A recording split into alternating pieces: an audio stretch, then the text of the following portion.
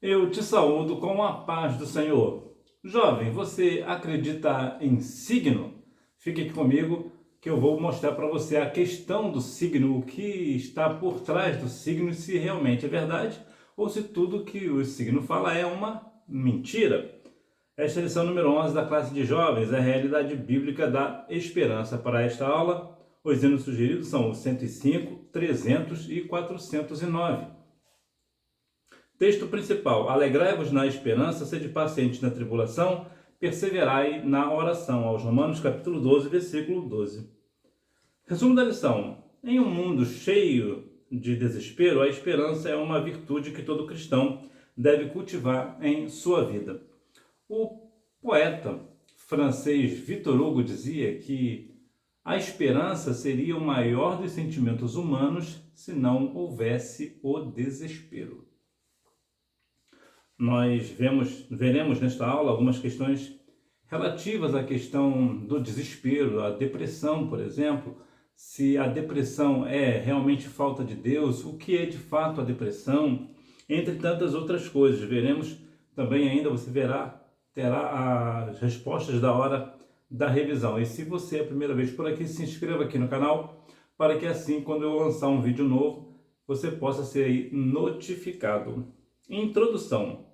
Avanços científicos, descobertas de tratamentos que podem salvar vidas, como, por exemplo, a descoberta de medicamentos que ajudou no controle da pandemia da Covid-19, que ceifou milhares de vidas. São referências de boas notícias. O mundo está sempre em total mudança. E essa questão de mudança, por exemplo, temos aqui boas notícias, por exemplo, sobre a questão, principalmente da pandemia da Covid-19, que ceifou milhões de vidas em todo o mundo, mas que ao avanço da medicina acabou tendo aí uma vacina para que todos aí pudessem ser vacinados. Eu vou te lembrar, se porventura você é um cristão que não se vacinou, você está tentando a Deus, como nos diz Mateus capítulo 4, versículo 7. Se você não se vacinou por alguma razão, você precisa se vacinar. Isso é importante para que nós venhamos ter, assim, uma boa saúde. Verdade que muitas pessoas espalham fake news por aí sobre as vacinas, mas verdade é que nós, como cristãos, nós devemos dar o exemplo. Como é que nós vamos dar o exemplo? Sendo vacinado contra esta enfermidade. Entretanto, apesar de tantas boas notícias, vemos também péssimas notícias que acabam trazendo falta de esperança para a humanidade. As pessoas se entristecem. Muitas pessoas, por exemplo, quando vê uma determinada notícia em algum lugar, de alguma enfermidade nova, por exemplo, já começam a ficar amedrontadas, já começam a perder as esperanças. E nós, na verdade, nós devemos, com todo o nosso coração, compreender que tais coisas acontecerão porque é o cumprimento da palavra do Senhor. Entretanto, no momento desse de desesperança, o que fazer? Em quem nós vamos colocar a nossa esperança? A nossa esperança está em quem? Bom, a nossa esperança é o Senhor Jesus. É nele que está a nossa esperança. Agora nós temos também a questão sobre o que tratar do futuro, o que eu vou pensar do futuro de agora para frente, que aconteceu tamanha coisa ruim no mundo, por exemplo. Então, principalmente a questão dos jovens, por exemplo, tem muito essa dinâmica de mudança, né, de muitas vezes estar acontecendo uma coisa e de repente acontece outra. É bem verdade que os jovens, nesse sentido, estão mais bem preparados, porque os jovens olham muito para frente, o jovem quer sempre mudança, mas muitas vezes, por causa das más notícias, nós acabamos perdendo as esperanças. Mas nós não devemos perder a nossa esperança. Nós podemos e devemos estar sempre com a nossa esperança no Senhor e saber que o Senhor certamente dará uma solução, assim como o Senhor abençoou aí os médicos para nos dar a vacina da Covid-19 e nos livrar dessa terrível pandemia que houve no mundo. Certamente o Senhor também dará soluções a todo problema que surgir. A fé cristã numa era de desespero. Desespero provocado por doenças e guerras. Uma doença que paralisa o mundo inteiro, prendendo pessoas dentro de suas casas e causando uma alta taxa de mortalidade. uma nova guerra ou uma crise financeira são suficientes para trazer desesperos a muitas pessoas. Há pouco tempo passamos por tais situações e nesse período muitas pessoas desenvolveram depressão, pânico e outros problemas congêneres. Olha que situação que nós passamos nessa questão da pandemia. Nós somos da geração que nós não conhecíamos o que era pandemia. Houve uma pandemia pior ainda do que a Covid-19, né, que foi da peste bubônica. Ela foi bem pior, né? Me parece que a mortalidade da Covid-19 era de 3% e da peste bubônica era de 27%. A peste bubônica chegou a acabar com a metade da população do mundo. Então, para você ver que pandemia foi aquela bem pior do que a Covid-19. Então, essa questão de pandemia para nós é algo novo. Nós não tínhamos o que pensar sobre o que era uma pandemia. Hoje nós sabemos, a pandemia se dá quando uma doença específica, né, no caso a Covid, ou uma outra doença, ela alcança todos os continentes. Quando todos os continentes são contaminados com a mesma doença, isso é chamado de pandemia. E por causa dessa pandemia que deixou todos nós dentro de casa, por razões de saúde, desenvolveu-se também a questão da depressão e também a questão do pânico. O que é a depressão?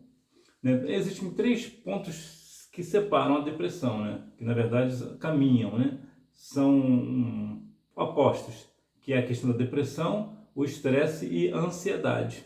Mas é o mesmo mal na verdade, só que em tempos diferentes. Por exemplo, a depressão é aquilo que a pessoa está vivendo, uma tristeza que a pessoa está vivendo e ela não sabe o porquê que ela está vivendo.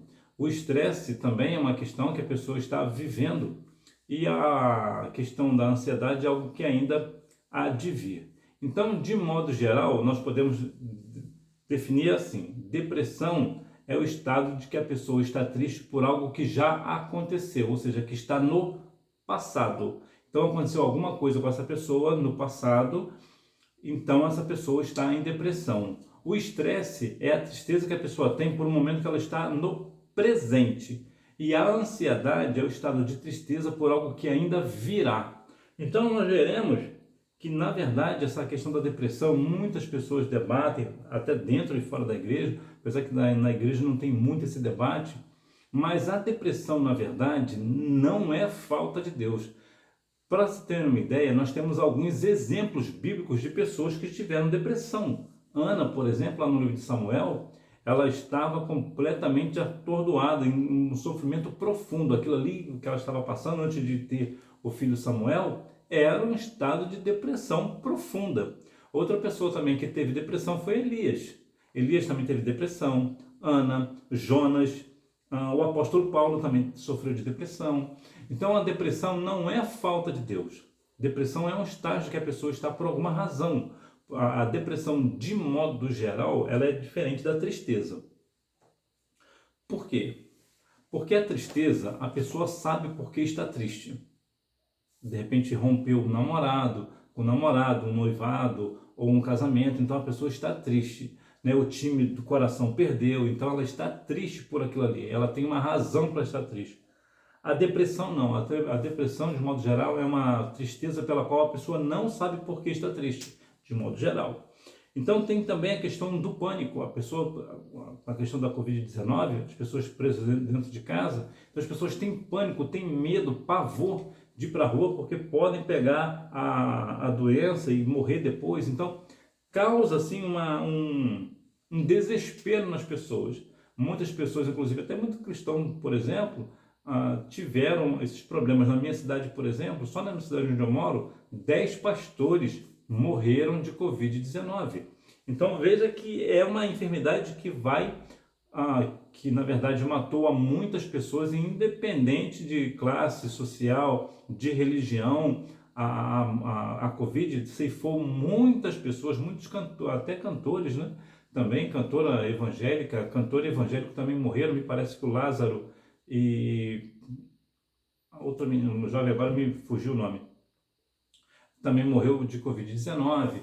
Tinha uma menina que certamente você não vai se lembrar porque você é muito novinho, você é uma pessoa muito novinha, mas talvez os seus pais talvez devam se lembrar.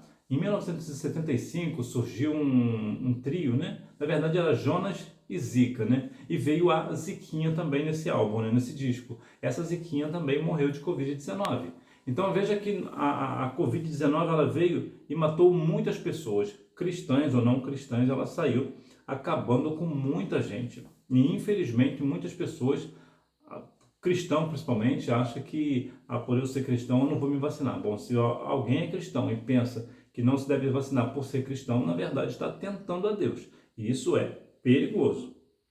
Então veio essa questão, não, a fé cristã não era de desespero. Foi pela fé que nós estamos de pé e vamos continuar de pé. Nós ficamos firmes no Senhor, as igrejas tiveram que fechar as suas portas por alguns momentos da Covid-19 e vencemos, né, com a graça de Deus, com a fé no Senhor e também, claro, com a ajuda também da medicina na questão aí da vacina. E eu vou te lembrar que você precisa tomar a vacina. Se porventura você não tomou uma das doses, você precisa tomar a dose que está ali faltando. Desesperança por questões econômicas e profissionais. Com a economia globalizada que vemos em nossos dias, é comum que as pessoas sejam afetadas por notícias que apresentem altos índices de desespero, afetando famílias inteiras, colocando em risco segurança, educação, alimentação e abrigo para milhões de pessoas. A economia é um ponto principal na questão humana. Por exemplo, sem dinheiro você não compra o teu celular, você não paga a sua internet, você não come nada, porque como é que você vai comprar algum alimento, comprar uma pizza sem dinheiro? Então a economia e o dinheiro aqui pode ser tanto em criptomoedas, quanto na questão do dinheiro físico em si, ou ouro, ou qualquer tipo de riqueza. Ou seja, a economia num todo, num total. Que alguém pode falar, mas eu posso comprar uma pizza com satoshi. Sim, você pode comprar pizza com satoshi, mas eu quero dizer que não deixa de ser uma economia. Então, a economia ela é um ponto crucial, extremamente importante na vida do ser humano. Sem a economia, né, o livre comércio, né, o livre mercado, nós não temos uma economia forte. E quem não tem uma economia forte, uma questão financeira firme, o que acontecerá com essa pessoa? Essa pessoa irá padecer. E aqui a economia não se trata de ter muito dinheiro, não é esse o ponto. É claro que se tiver mais, claro, melhor. Mas o ponto da economia aqui é o seguinte, é você, por exemplo, é você gastar menos do que você recebe. Por exemplo, se você recebe R$ 1.500 por mês, você precisa dar um jeito de não gastar mais do que R$ 1.500 por mês. O seu teto ali é 1.500 e na navalha, né? É perigoso. O ideal é você gastar menos do que 1.500. Isso é uma questão de economia. Veja, por exemplo, a questão do país hoje. A economia do Brasil hoje anda de mal a pior, né? Então, com questões de gastos do governo, com completamente gastos muitos desnecessários. Vemos, por exemplo, que os governos que não conseguem prover as estruturas básicas para a sua população, o que acontece nos países pobres, mas também acontece em países desenvolvidos. E por que acontece isso? Né, que o governo não consegue dar suporte nem em países pobres e nem mesmo em países desenvolvidos. Simples, porque o governo ele não funciona. O Estado é um problema. O grande problema do Estado é o Estado. O Estado é algo incompetente. Eles não têm competência para fazer as coisas. Por quê? Porque eu observo, por exemplo, aconteceu no Rio Grande do Sul um tempo atrás, sobre uma questão de uma ponte. O Estado disse que para fazer essa ponte precisaria de 25 milhões de reais. O povo se reuniu, conseguiu parece uma construtora e fez a mesma ponte por 6 milhões. Ora, se o povo consegue fazer por 6 milhões, por que o governo precisa de 25? Por aí você vê, entre tantas e tantas outras coisas, o governo, a única coisa que o governo é eficiente é para cobrar imposto da população, o imposto que é roubo, né? Na verdade, o imposto não passa disso, o imposto ele é roubo, ele vive taxando, né? O governo vive taxando isso e aquilo, quanto mais taxam, mais melhor para o governo, né? Inclusive, atualmente, o ministro da Economia, né, Fernando Haddad, está sendo chamado de Fernando Taxad, porque ele só pensa em taxa, só pensa em imposto, e vive colocando imposto sobre o povo. Então, o que acontece? À medida que o povo tem que pagar mais imposto, a economia vai para o buraco. Quanto mais imposto a pessoa paga, menos dinheiro ela tem em caixa, ou seja, menos poder de compra. Então, uma compra que, por exemplo, no Brasil tem tantos impostos, é algo alarmante, é absurdo. Veja que agora até as compras com menos de US$ 50 também será taxada. Então, os produtos vão aumentar, inclusive as pessoas falam, né? O governo fala uma coisa que é uma mentira. Ah, mas que nós só vamos taxar a empresa. Isso é mentira, porque uma vez que o governo taxa a empresa vai passar essa taxa para o consumidor final, que no caso sou eu e você. Então, quando o governo taxa uma empresa ou as empresas, essas empresas repassam para nós. A empresa não vai pagar esse imposto sozinha. Na verdade, ela não paga. Quem paga somos nós. Então, as pessoas precisam compreender este negócio, porque a economia, o que na verdade fortalece a economia de um país é o livre mercado. Quanto menos Estado, melhor. O mercado sozinho ele se acerta. Mas aí o que o governo faz em questões de dívida? Imprime mais dinheiro, e quanto mais se imprime dinheiro, mais tem inflação. Por quê? Porque inflação não é um aumento de preços de produtos e serviços. Isso não é inflação. Inflação é o aumento da base monetária. O que quer dizer na prática? É quando o governo imprime dinheiro. Quanto mais o governo imprime dinheiro, mais tem inflação, mais caro fica as coisas, porque à medida que o dinheiro tem muito dinheiro, o dinheiro então perde o valor. Então o valor dele só vai se deteriorando, só vai abaixando. Então os produtos acabam ficando mais caros. Então a questão da economia é uma questão muito importante. Por quê? Porque quando a pessoa está desempregada, por exemplo, ela fica sem esperança. Porque como é que eu vou pagar o meu aluguel? Ou se a casa é uma casa própria, um financiamento de a casa própria, como é que eu vou pagar o financiamento? Ou se já tem a casa própria, como é que eu vou fazer a compra de amanhã? Como é que eu vou fazer pagar a conta de luz, o gás? Então a economia ela é um ponto crucial na vida de qualquer pessoa. Então nós devemos ter muita cautela sobre a questão da economia, não ser uma pessoa, digamos assim, emocionada. Agora que eu estou com muito dinheiro, agora eu vou sair esbanjando. Não, lembra lá da questão do filho pródigo? Pródigo quer dizer gastador, né? Aquele esbanjador. Agora que você de repente tem muito dinheiro, você vai começar a esbanjar? Não, agora que é mais um momento de você fazer o quê? Investir o seu dinheiro numa questão aí, num tesouro direto, né?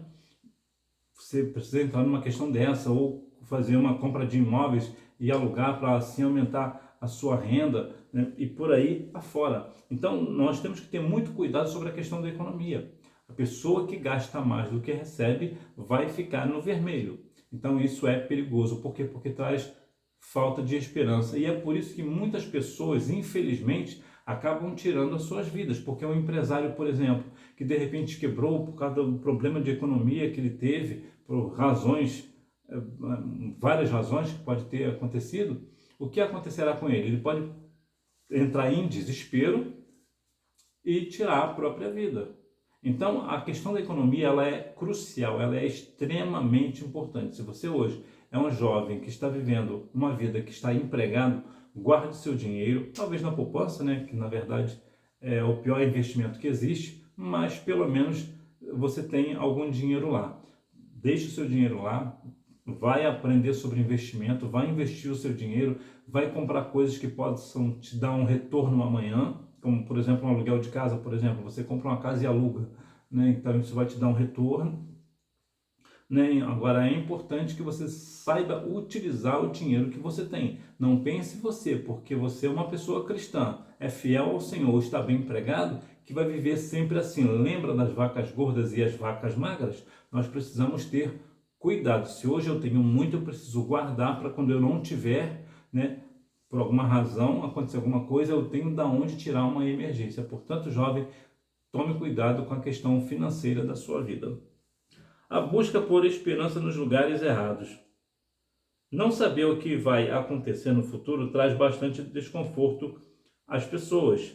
Na busca de uma certeza ou de uma sombra dela, para o que virá à frente, muitos buscam no misticismo, na adivinhação e no oculto informações que as ajudem a tomar decisões acertadas.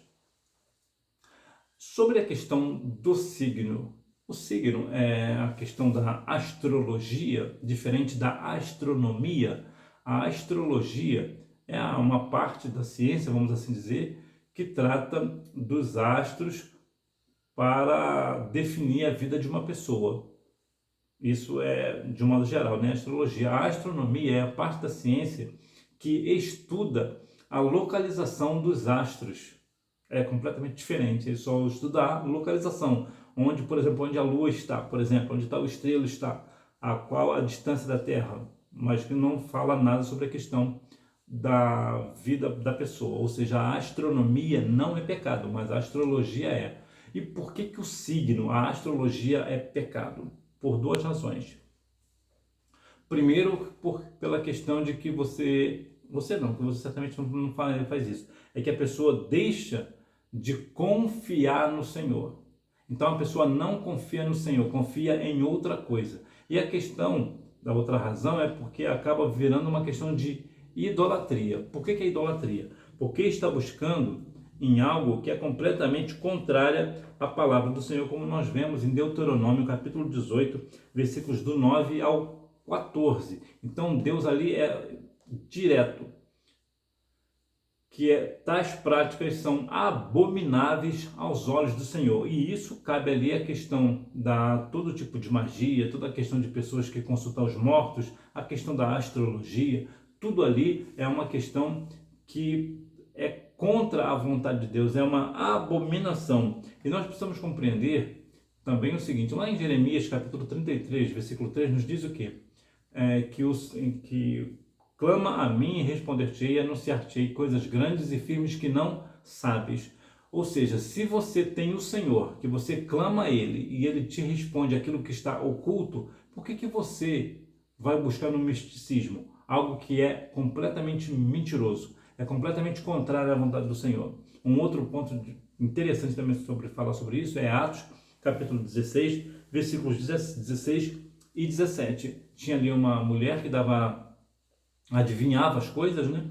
E aqui cabe uma questão que é muito curiosa, que aquela mulher falava o quê? Olha esses homens, são santos homens de Deus. E de fato eram. Mas por que falou isso? Por que testificou? Simples, para que as pessoas ali observassem que realmente Paulo ali e seus amigos eram realmente pessoas de Deus. E como elas são de fato de Deus, o que iria fazer? Iria fazer com que as pessoas crescessem ainda mais na mulher que estava adivinhando. Olha que coisa, como o diabo é sujo. E uma outra questão também, que isso vai nos trazer, vai nos deixar claro, que o apóstolo Paulo, depois de alguns dias desse caso, o que ele fez? Ele voltou lá e repreendeu aquele espírito de adivinhação. Ora, se o espírito de adivinhação fosse algo bom, Paulo não iria repreender.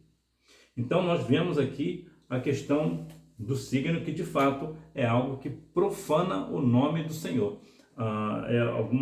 Algumas vezes tenho observado, principalmente as meninas, os homens não é muito, mas são mais as meninas, né? A parte feminina costuma muito acreditar nessa questão de signo. Eu tive uma aluna, por exemplo, que ela tinha na sua rede social as fotos dela e tinha também a questão do signo a qual ela pertencia. Então veja que ela acabava acreditando que de fato o signo era algo bom e era algo certo. E a questão do signo também é uma questão importante de se falar, é que geralmente as pessoas dizem, mas o meu signo bate certinho comigo. Ora, todo signo vai bater exatamente com você. Por quê? Porque, de modo geral, o signo fala sempre as mesmas coisas de formas diferentes. Lá no Rio de Janeiro, aconteceu uma certa vez que um locutor de rádio fazia sempre a questão do horóscopo de manhã. Só que quando ele chegou, ele esqueceu algumas coisas, ele esqueceu de pegar o material do horóscopo. E o que que ele fez? Ele trocou as previsões do dia anterior. E ninguém reclamou. Por quê? Porque o horóscopo ele trabalha de uma forma. Vou te dar um exemplo aqui prático. Digamos que vamos ouvir uma previsão agora do signo qualquer um. E se a pessoa começar a falar, por exemplo, olha, você que é desse signo, você é uma pessoa sensível. Te dar um exemplo. Você é uma pessoa sensível e você é uma pessoa que também, apesar disso, você é uma pessoa amorosa. Aí vai coincidir que alguém vai ser exatamente isso. Sensível e amorosa. Então, o que ela vai pensar? Realmente o signo é de verdade. Mas não é verdade. Isso é uma questão... É o mesmo que você chegar, por exemplo, na igreja e falar, eu vejo que aqui Deus está me revelando que aqui tem muitas pessoas desempregadas. É claro que tem pessoas desempregadas dentro da igreja. Então, o signo, ele só fala o óbvio. Aquilo que realmente é algo jogado ao vento para que realmente as pessoas acreditem. Então, o adversário, ele sabe enganar, ele tem a arte de enganar. Ninguém engana como o diabo consegue enganar. Ele é perito na questão da mentira, né? João 8,44 nos diz isso. Então, veja que quando uma pessoa consulta os signos e acredita, na verdade está fazendo papel de bobo e ao mesmo tempo, pior do que fazer papel de bobo, está fazendo o quê? Está tirando a glória que é de Deus, está deixando de confiar no Senhor para confiar nos signos. Esperança para esta vida, a salvação. A salvação oferecida por Deus é motivo de esperança para quem aceita a Jesus.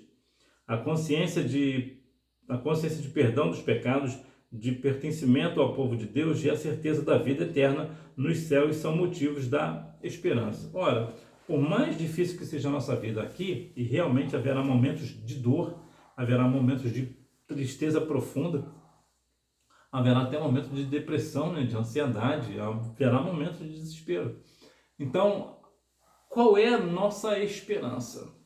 A nossa principal esperança é a nossa salvação, que apesar dos pesares, um dia nós estaremos nas mansões celestiais, que nós estamos num plano de salvação eterna, que nós estaremos com o nosso Senhor para todo sempre em sua presença.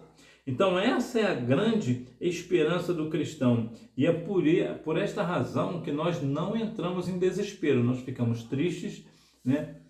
Profundamente tristes, eu até diria, em alguns casos específicos, mas nós estamos crendo no Senhor. Nós estamos com a nossa salvação garantida. Então nós temos a firmeza da nossa salvação. Porque o Senhor Jesus nos salvou e nós iremos morar nas mansões celestiais. Portanto, a nossa salvação é aquilo que temos de mais importante na nossa vida. E é porque nós temos a convicção de estarmos salvos na pessoa de Cristo, é que nós estamos com a nossa esperança viva, né, para esta vida e para a vida futura, né? Uma mente transformada por Cristo. O apóstolo Pedro diz aos seus leitores crentes que naquele momento estavam sendo perseguidos, que santificassem a Cristo no seu coração, ou seja, na sua mente. Quando nós somos perseguidos, e haverá momentos de perseguição, independente de onde que você esteja, mesmo no Brasil, que é um país laico, você vai ser perseguido. Mas eu sou uma pessoa de Deus, eu faço tudo para a glória do nome do Senhor, eu sou piedoso, sou salvo na pessoa de Jesus? Sim, e é por você ser salvo na pessoa de Jesus que você será perseguido. É justamente por você ser salvo na pessoa de Jesus que você será uma pessoa perseguida. Então veja que nós devemos fazer o quê? Santificar o nosso coração, santificar a nossa mente. Como eu santifico o meu coração? Buscando as coisas que são de cima. Lembra que a Bíblia diz que a boca fala do que está cheia o coração. Então que nós devemos estar com o nosso coração voltado para as coisas santas do Senhor. E também a nossa mente, que nós devemos estar buscando a cada dia mais as coisas que são de cima, como diz Colossenses capítulo 3, versículo 1. Que nós devemos estar ali com todo o nosso corpo, alma e espírito santificado ao Senhor, como nos diz 1 Tessalonicenses, capítulo 5, versículo 23. Então, que nós devemos ter, de fato, uma mente transformada por Cristo. Há a certeza de que Deus está no controle de tudo. O cristão não é, portanto, uma pessoa que busca fugir da realidade presente, mas sim uma pessoa que acredita na soberania de Deus no presente e na eternidade ao lado de Jesus Cristo. A ansiedade é aquilo que ainda virá. A Bíblia diz que aquele que deseja ser pastor, boa obra deseja, né? Essa parece ser a única parte. Aliás, tem uma outra parte também que fala de anseio também, que é bom. Que a Bíblia menciona, né? Foi Davi que disse, né, que a minha alma anseia, assim como a corça anseia por águas, a minha alma anseia por ti. Ou seja, ansiar aqui é ansiedade, desejar futuro, né? Eu estou futuramente desejoso da sua presença. Então, aqui cabe aqui duas questões de ansiedade que são saudáveis. Outra questão de ansiedade que eu particularmente acho saudável é sobre a questão do casamento. Geralmente, principalmente para as meninas ficam com aquela ansiedade do casamento que está chegando próximo. Então, eu acho uma ansiedade prazerosa, né? Apesar de precisa ter cuidado, mas ansiedade nesse caso aqui me parece ser saudável. Entretanto, para o nosso entendimento, Mateus capítulo 6, versículos do 25 ao 34, nos diz para quê? Para que nós não andemos ansiosos. Ou seja, você vai ter uma hora que você vai estar ansioso pela presença do Senhor, isso é bom, você, claro, está ansioso, por exemplo, para ser pastor, por exemplo, isso é bom, mas nós não devemos viver todos os dias em ansiedade. A ansiedade, viver em ansiedade não é bom. A Bíblia diz lá em 1 Pedro capítulo 5, versículo 7, lançando sobre ele toda a vossa ansiedade, porque ele tem cuidado de vós. Então, a ansiedade, que é aquilo que está por vir, quando nós estamos ansiosos por algo que deve acontecer, no que mudará? Não mudará absolutamente nada. A nossa ansiedade não tem poder para mudar absolutamente nada à nossa volta, absolutamente. Então, por exemplo, se uma pessoa está ansiosa pelo seu casamento e isso é bom, isso não quer dizer que vai chegar logo ao casamento. Por exemplo, se faltam 30 dias para a pessoa se casar e ela está ansiosa, vai continuar faltando 30 dias. Isso não vai alterar em absoluto. Então, nós devemos ter cuidado com a questão da ansiedade. É muito perigoso a questão da ansiedade, porque a pessoa começa a querer viver algo que está fora do seu alcance. Ela não tem nenhum poder sobre aquilo. Então, o que adianta a pessoa querer viver aquilo que ainda virá? Basta cada dia o seu mal.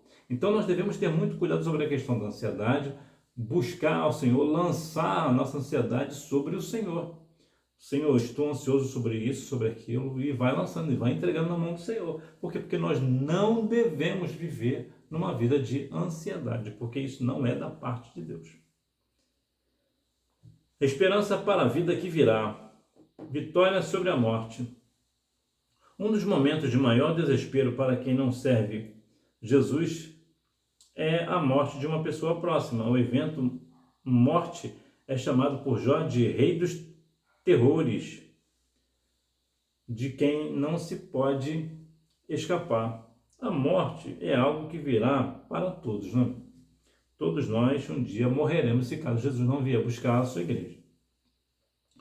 E já que você está aqui comigo até agora, eu vou te mostrar algo profundo sobre o que a Bíblia diz, que está lá em Salmos 116, 15. A Bíblia diz que ali é preciosa aos olhos do Senhor a morte dos seus santos. Aí você vai falar, o que isso tem a ver? Não entendi, eu vou te explicar. Muitas vezes nós falamos isso para fazer com que as pessoas se confortem quando um ente querido é morto e aquela pessoa morreu salva na pessoa de Cristo. Mas na verdade o que o texto está dizendo ali, o precioso ali é porque é caro, ou seja, é penoso, não é que é prazeroso. Deus não tem prazer na morte do santo, assim como também não tem prazer na morte do ímpio. Então, quando morre uma pessoa santa, aquilo é penoso. Lembra quando Lázaro morreu? Jesus estava triste pela morte de Lázaro. Por quê? Porque é preciosa, ou seja, é cara, custa muito, é penoso aos olhos do Senhor a morte de um santo. Então, a questão da morte em si, propriamente dito, a morte é algo que é um assunto muito difícil, é muito delicado de lidar com a morte. Eu acho um assunto assim muito complexo, muito difícil, muito delicado de falar. Porque, por pior que seja uma pessoa, essa pessoa é pai de alguém, é mãe de alguém, é filho ou filha de alguém, então tem uma importância para alguém. Então a morte é muito difícil de falar, mas nós compreendemos pela palavra que a morte é o círculo da vida. Nós somos vivos hoje, podemos morrer amanhã, podemos morrer ainda hoje. Né? Há situações e situações. Há pessoas, por exemplo, na Covid-19, por exemplo, eu perdi cerca de 40 pessoas próximas, talvez mais de 40. Pessoas próximas, inclusive pessoas da família. Então, a morte é algo muito penoso. É muito penoso, ainda mais aquela pessoa que você uma pessoa que você ama muito, que você gosta muito, que é uma pessoa que viveu com você, é algo muito difícil de lidar. Então, mas nós temos a esperança para a vida que virá. Quando uma pessoa morre na pessoa de Cristo, por mais que doa em nós, e doerá, não adianta, vai doer, mas nós temos um conforto. Qual é o nosso conforto? O nosso consolo é saber que essa pessoa está com o Senhor, estará com o Senhor, assim como nós também estaremos. Esse é o nosso conforto, é saber que aquela pessoa foi salva na pessoa de Cristo, que aquela pessoa estará nas mansões celestiais conosco. Esta é a nossa grande esperança. Vitória sobre o mal. O mal é uma realidade neste mundo. Estamos cercados de pessoas que são levadas pela maldade, ora como vítimas, ora como agentes. Pessoas que se armam e atentam contra a vida de outras pessoas por algum tipo de insatisfação. A questão de vencer o mal, há pessoas que preparam o mal, né? Já faz a maldade de caso pensado. Há pessoas que querem ter satisfação na morte de alguém. A questão da morte, como nós devemos, como cristão, pensar no seguinte: nós somos a favor da vida. Então nós não devemos pensar sobre a morte de uma pessoa como se nós quiséssemos matar uma determinada pessoa. É claro que por razões humanas, às vezes passa pela nossa cabeça, né? Pode ser que passe pela nossa cabeça, mas nós devemos repreender esse negócio. Por quê? Porque isso não vem da parte do Senhor. Isso não vem da parte de Deus. Agora tem um outro ponto importante. É possível que um cristão, por razões da vida, vá tirar a vida de uma pessoa? Sim. Por exemplo, quando essa pessoa está nas Forças Armadas ou está na polícia, por exemplo, numa situação de crime, numa troca de tiros, por exemplo, esse policial, esse soldado militar, ou seja o que for, como ele tem autoridade do Estado, por exemplo, ou outra situação, e até por uma legítima defesa, pode ser que ele mate alguém pelo exercício da função. Exercício da função. Outra questão também é quando, por exemplo, essa pessoa tem uma arma em casa e é bom deixar claro que a arma precisa ter registro e porte de arma. Então, quando essa pessoa, juntamente com a Polícia Federal, consegue uma autorização para ter o porte e o registro de arma para uso dentro da sua casa e por alguma razão da vida, um miliante entra na sua casa para fazer mal à sua família, esta pessoa de porte dessa arma, o que fará? Vai fazer uso da arma. Agora, é claro que dependendo das circunstâncias, melhor for se não for um tiro letal. For um tiro que vai necessariamente imobilizar o humilhante, mas que não vai tirar a vida dele. Ou seja, ali nesse caso, o cristão está protegendo a família dele e ao mesmo tempo não está cometendo um assassinato. Isso aqui seria o ideal. Bom seria se não houvesse humilhante, né? Mas nesse caso, não é uma questão de fazer o mal, é uma questão de estar fazendo o quê? Legítima defesa de terceiros, no caso, a família. 1 Timóteo capítulo 5, versículo 8, nos diz que aquele que não cuida da família é pior do que o infiel e negou a fé. Então isso ele está fazendo o quê? Ele está fazendo para a proteção da família. Agora, há pessoas que fazem mal, matam pessoas, até tem prazer de ver pessoa morrendo. Tem pessoas que, infelizmente, são chamados os assassinos em série, né? Serial killer. Eles têm prazer de matar pessoas. Eles matam por prazer. Então isso não é para nós. O matar para nós já é uma questão muito difícil, né? Até porque a Bíblia diz não matarás, né? Ou seja, não assassinarás, ou seja, não mate premeditadamente. Nós não podemos premeditar a morte de uma pessoa, por exemplo.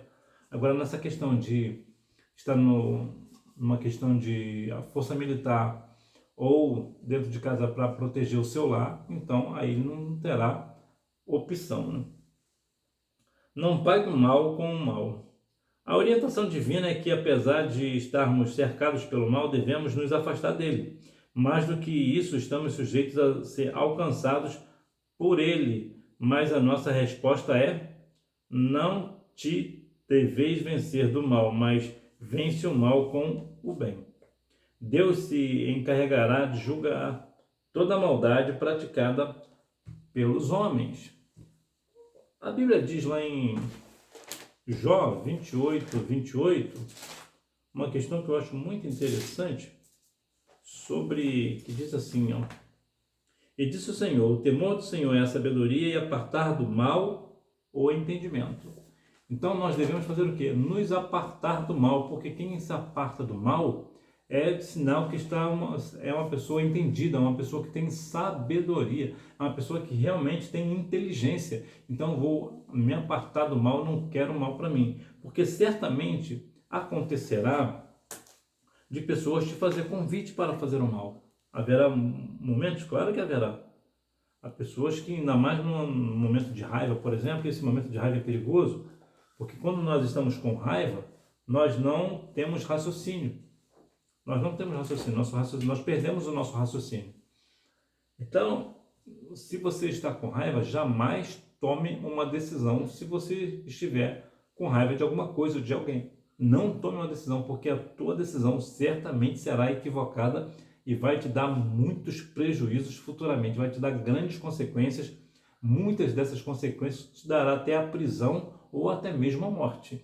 Então você precisa ter cuidado, você precisa ter domínio próprio. O cristão que tem o Espírito Santo, ele tem domínio próprio. Então, por mais que ele esteja com raiva, né, como Jesus disse, né, ireis, mas não pequeis. Ou seja, você pode até estar irado, mas você não vai praticar aquilo que você está pensando em fazer. Você vai lançar sobre o Senhor: Senhor, estou com esse problema aqui. Por que isso é importante? Porque verdade é que até Shakespeare dizia uma coisa que eu acho muito interessante, que diz o seguinte, né? William Shakespeare: você tem todo o direito de estar com raiva, mas isso não te dá o direito de ser cruel. Então, quantas pessoas no momento de raiva acabam sendo cruel com outra pessoa e depois vai ver que não era bem por aí o caminho? Quantas amizades estão sendo acabadas, amizades de anos e anos, por causa de uma questão de um momento de raiva? Namoro, noivado e até casamento se acabam por um momento de raiva. Por quê? Porque a pessoa acaba falando e fazendo coisas que não deviam, porque estava num momento de raiva. Então nós não devemos nos deixar levar pela raiva.